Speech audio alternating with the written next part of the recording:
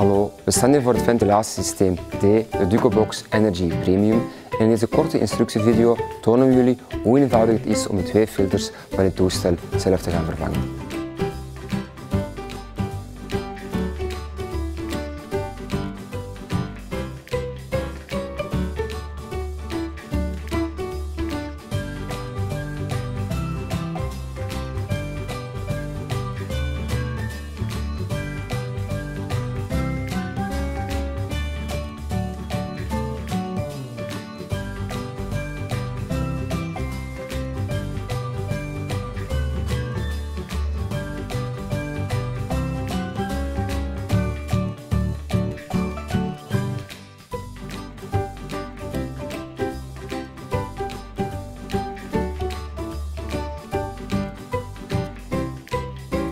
Zo zien jullie maar hoe eenvoudig het is om de filters van dit ventilatietoestel zelf te gaan vervangen.